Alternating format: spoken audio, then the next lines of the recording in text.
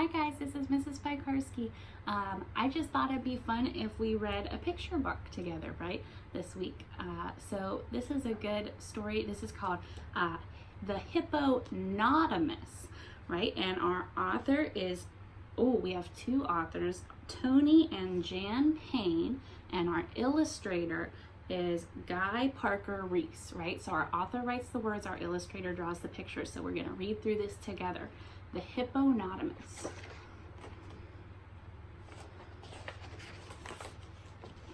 Okay, let's turn so you can see the pictures.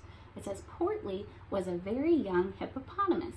He didn't ask to be a hippopotamus. He was just born that way, and he wasn't sure he wanted to be one forever. The hippos stood up to their eyes in water all day.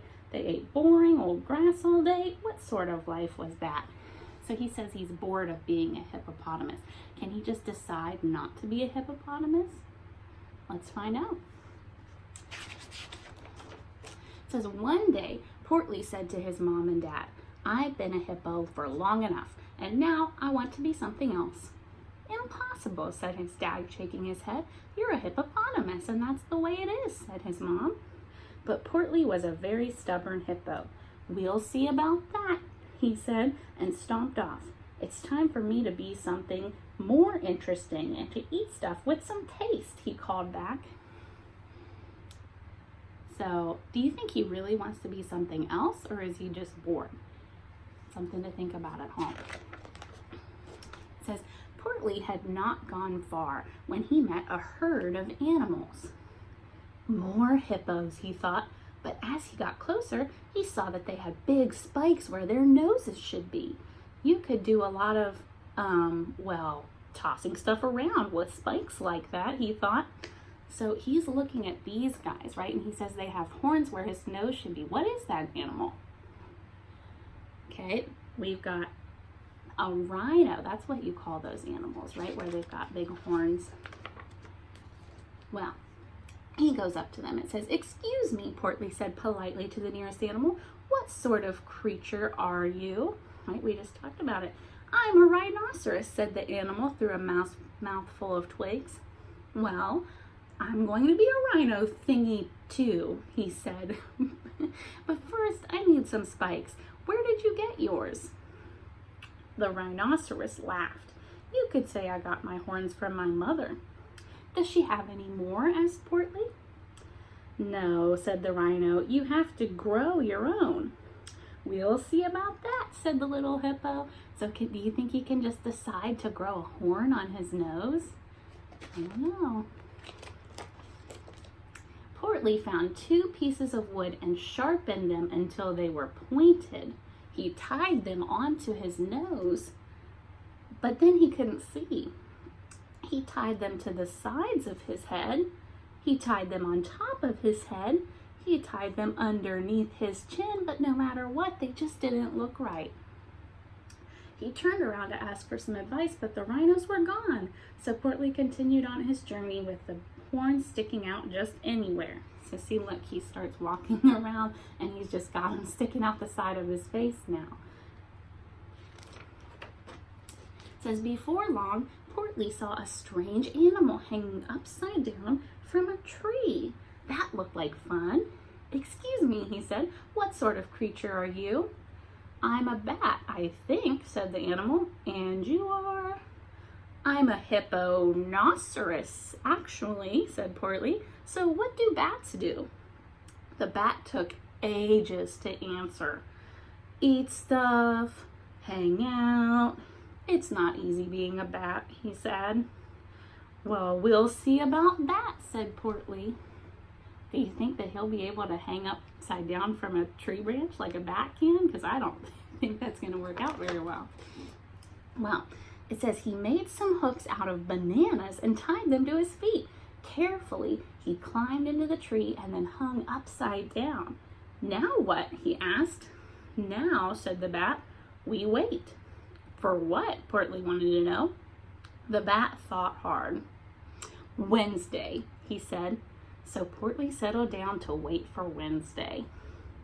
But after 5 minutes, the banana slipped and he fell out of the tree. That's when Portly decided that 5 minutes was just about the right amount of time to be a bat. So there he is after he fell out of the tree, and he decided he's done trying to be a bat. It says, a little later, Portly found a water hole, and standing in it was an enormous animal. What is that animal? Okay.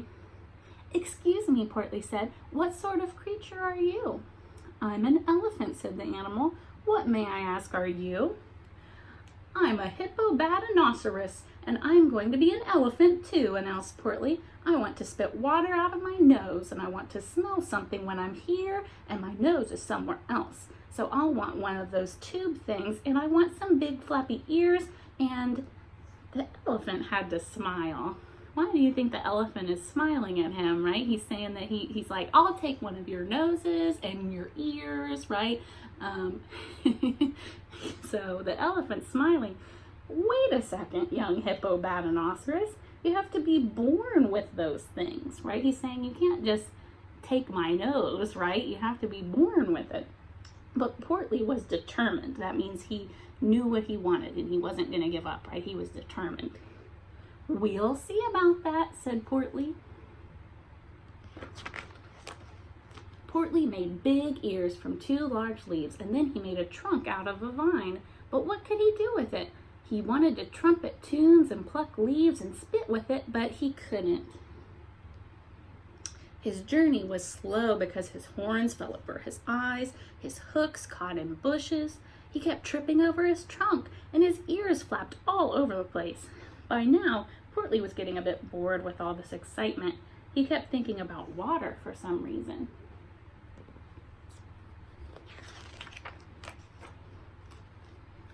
Portly had not gone far when he met some new animals. They started on the ground like you and me, but ended up above the trees. What sort of creature are you? Portly asked. A head appeared from the leaves. I'm a giraffe, it said. What do giraffes do? Called the little hippo. Eat leaves mainly, said the giraffe. Can a Hippo-NOT-amus eat leaves? Portly inquired.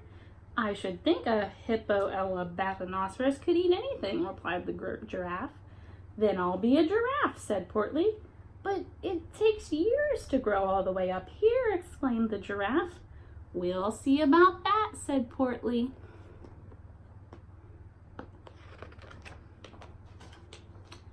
Portly made 2 tall stilts. That's what you call these big wooden rods that he's standing on. He made 2 tall stilts out of branches and strapped them to his legs, but it was hard being up so high. Easy. Whoops. Uh-oh. Help! So there he goes. Was that a very good idea? Yeah, didn't work out so well. Portly was now as hot and as hungry as a hippo can be. I know just what I need, he thought, and Portly started out on the long trail that led back to the river. So there's him, and he's starting to come back towards the river where he started at the beginning of our book. Portly's mom and dad were standing up to their eyes in water when they saw their son. Excuse me, said Mom, knowing who it was, but not letting on. That means that she knows that this is her son, right? She recognizes him, but she's pretending like she's gonna play with him a little bit. She's gonna pretend like she doesn't know who he is. So she knows. But she says, excuse me, what sort of creature are you? I'm a Hippo-NOT-amus. Wait, give me a minute. I'm gonna try that one more time. I'm a Hippo-NOT-amus, Portly said proudly. Well, are you hungry? His mom asked kindly. I'm afraid we only have boring old grass for supper. Do Hippo-NOT-amuses eat boring old grass? As a matter of fact, said Portly, they like it more than anything. Then come and join us, said his dad. So the young hippopotamus removed his stilts and slid into the river. The water felt wonderful, and the boring old grass tasted better than ever. He did not notice his ears floating away, his trunk sinking, and his hooks and horns falling off. Mom smiled at Portly. Our own little hippo doesn't want to be a hippo anymore, so there's plenty of room for you if you'd like to stay.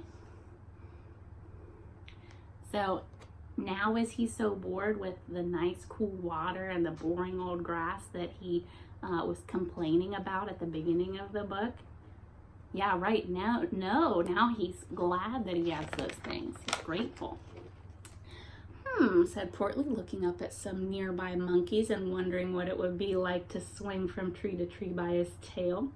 We'll see about that, right? So his mom asked if he wanted to stay, and he's already thinking about being something else, right? He's already getting a little bored again. So I thought this was a good book to read because just like Portly the hippo, right?